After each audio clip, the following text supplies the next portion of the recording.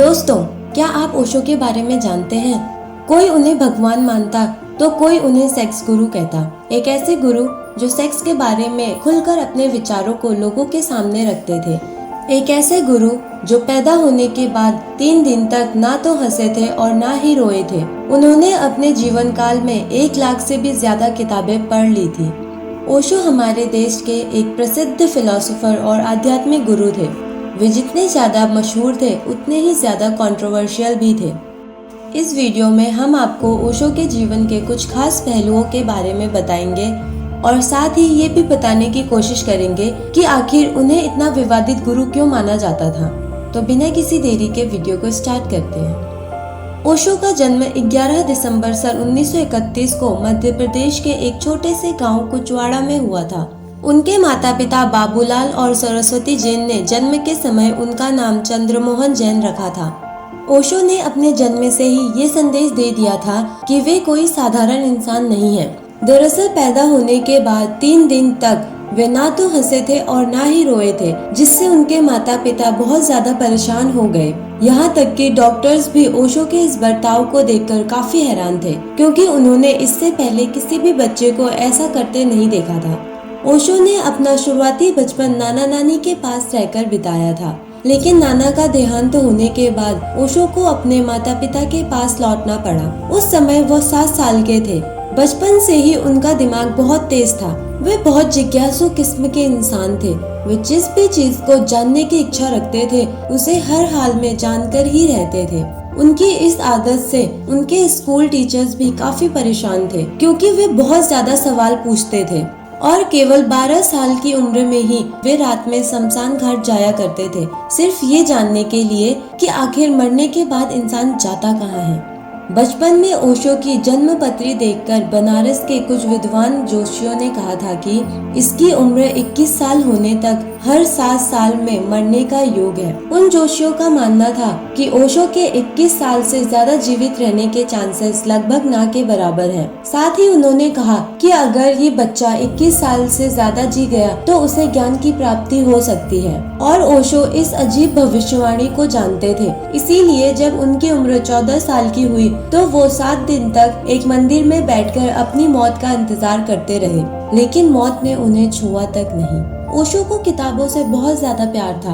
वे हर समय किताबें पढ़ते रहते थे।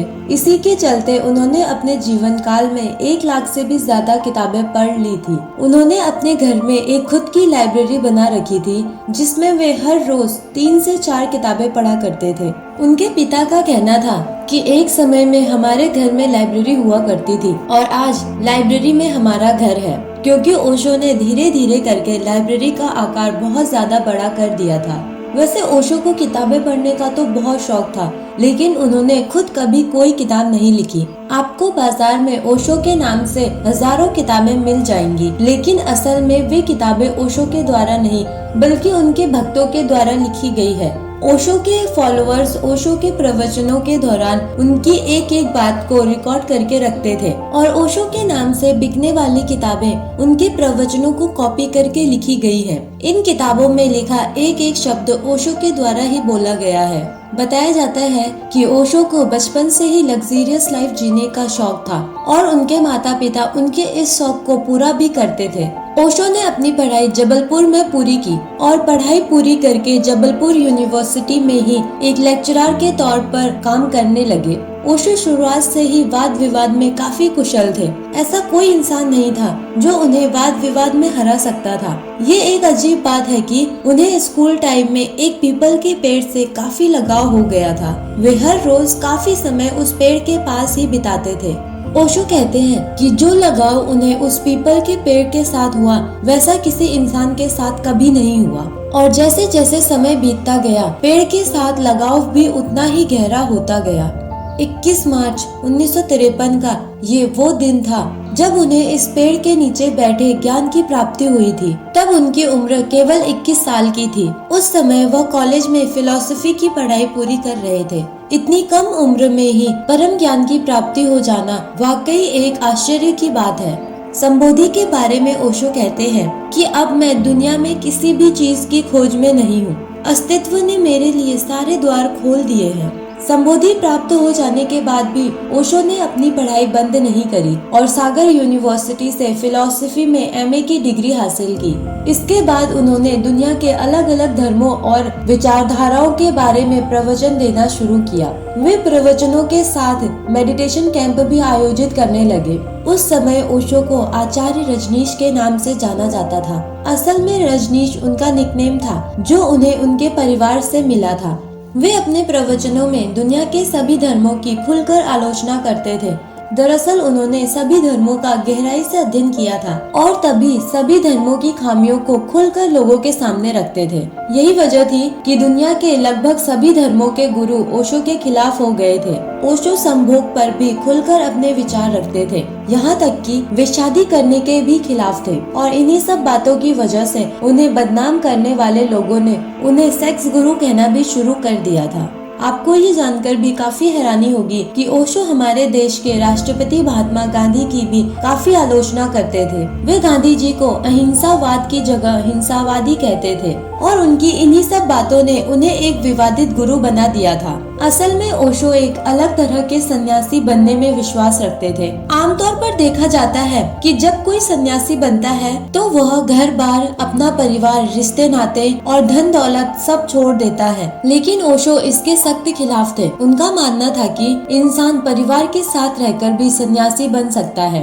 ओशो ने अपने इस नव संन्यास की शुरुआत की थी। इसकी शुरुआत के बाद ही ओशो ने खुद को ओशो कहना भी शुरू किया था। ओशो का लक्ष्य केवल भारतीय लोगों को ही प्रवचन देना नहीं था, बल्कि वह तो अपनी शिक्षाएं पूरी दुनिया में देना चाहते थे और इसीलिए उन्होंने अपनी जिंदगी के कुछ साल अमेरिका में रहकर भी बिताए थे। दरअसल 1981 से 1985 तक ओशो अमेरिका में रहे थे। अमेरिका के ऑरेगन प्रांत में उन्होंने अपना आश्रम बनवाया था जो 65,000 एकड़ में फैला हुआ था। अमेरिका में रहने के दौरान ओशो और भी ज्यादा विवादित हो गए थे, क्योंकि यहाँ आने के बाद उनका लाइफस्टाइल काफी ज्यादा चेंज हो गया था। महंगी घड़ियां, डिजाइनर कपड़े और 93 रोल्स रॉयस गाड़ियों की वजह से वे हमेशा आलोचनाओं के पात्र बनते थे। 93 रोल्स रॉयस होने के बावजूद भी वे चाहते थे कि उनके पास 365 रोल्स रॉयस कारें हों, जिससे वे रोजाना नए कार में सफर करें। उनके आलोचक उन्हें अमीरों का गुरु कहकर भी बुलाते थे।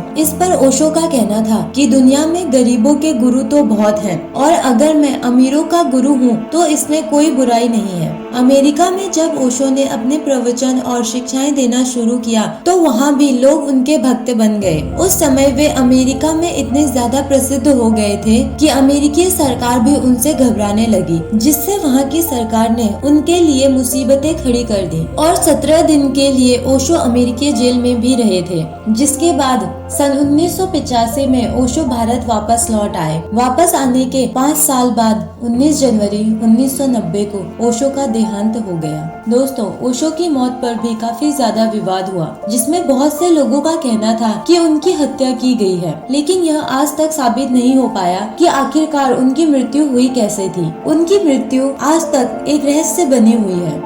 सो आई होप आप सभी को ये वीडियो पसंद आई होगी और हमें कमेंट करके जरूर बताएं कि आपको ओशो के बारे में जानकर कैसा लगा। फिर मिलेंगे एक और नई वीडियो के साथ। जाने से पहले वीडियो को लाइक करना ना भूलें। धन्यवाद।